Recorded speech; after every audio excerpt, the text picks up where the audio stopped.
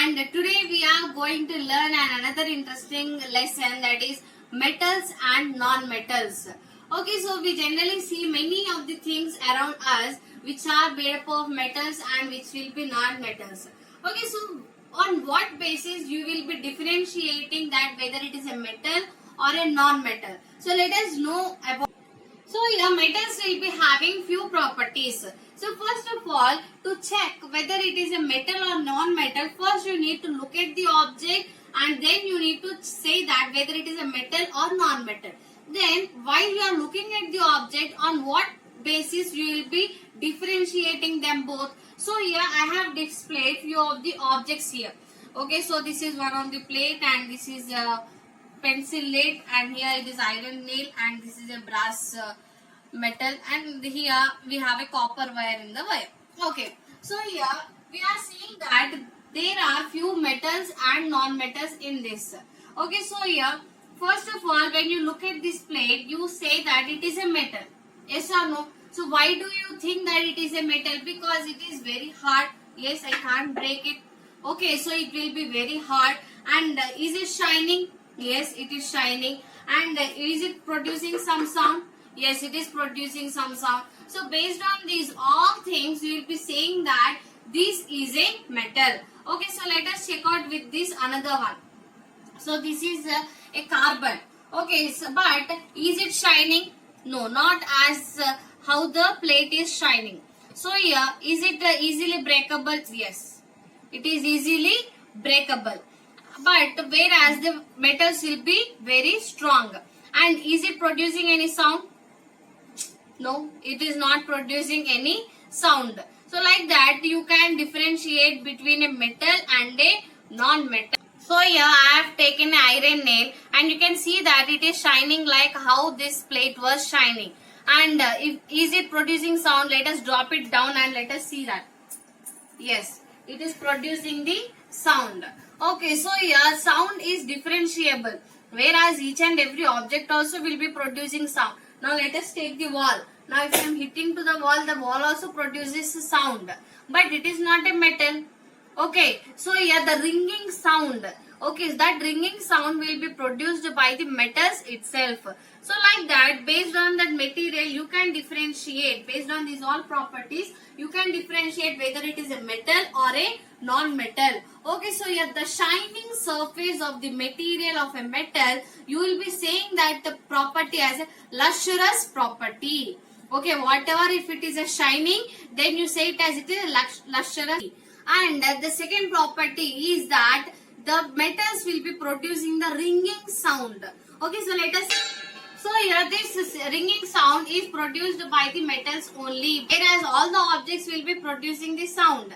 But only the ringing sound is produced by the metals. That's why we will be using for bells or anything, we will be using metals only. Next is malleability. So malleability is nothing but we can turn the metals into a thin sheets. Now they have prepared this plate. So was it available like this only? No. They have taken a lump of steel and they have beaten it repeated times and they have made it into a flat sheets, or else they have melted it into a flat sheets and they have prepared like this.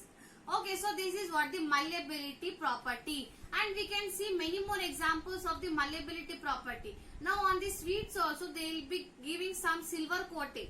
Okay, so how is that silver coating done? So because they will be taking that silver foil and they will be beating it repeatedly to a thin sheets, and that sheet they will be spreading onto the sweets. That we can take many of the examples where the metals will be spreading as a thin sheets. Like if you are taking aeroplanes, so here it is covered with a thin sheet. So tin is nothing but it is a metal, and they will be melting that and they will be making it to a thin sheet and they will be spreading it. But whereas if you are taking a non-metal, if you heat it, it won't convert into that thin sheets. It will be directly converting into ashes.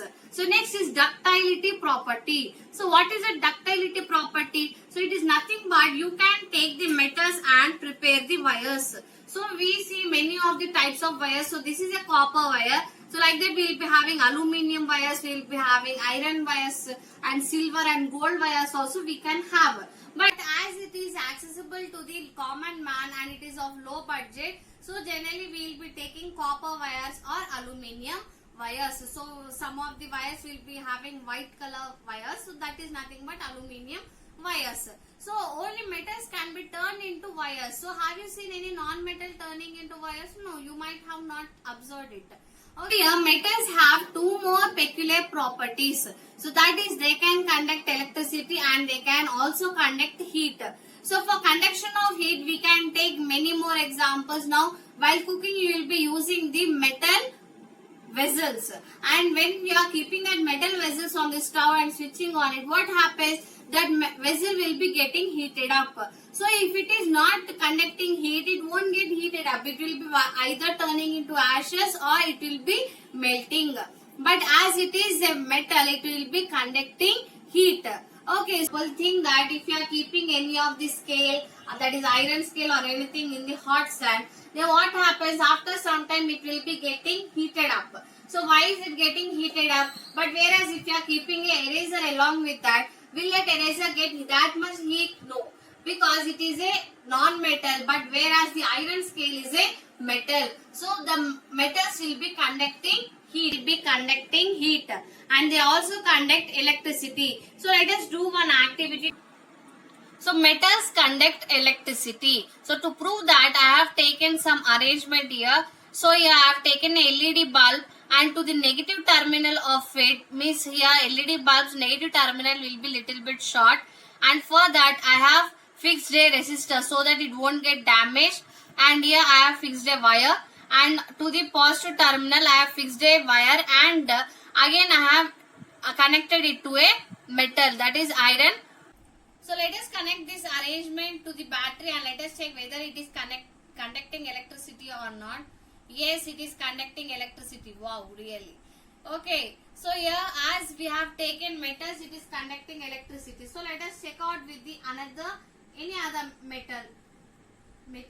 So here I have an eraser. Okay.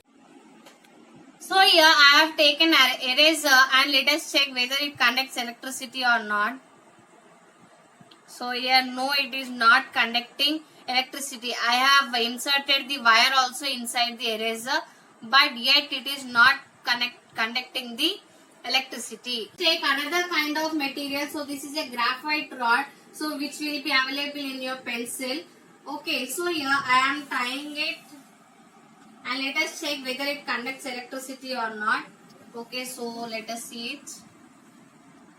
Yes, it is conducting electricity. So a few of the non-metals also will conduct the electricity, not only metals, but mostly we will be using metals because they are very good conductors of electricity. So these were the physical properties of the metals. So in my next video, let us learn about chemical properties of the metals.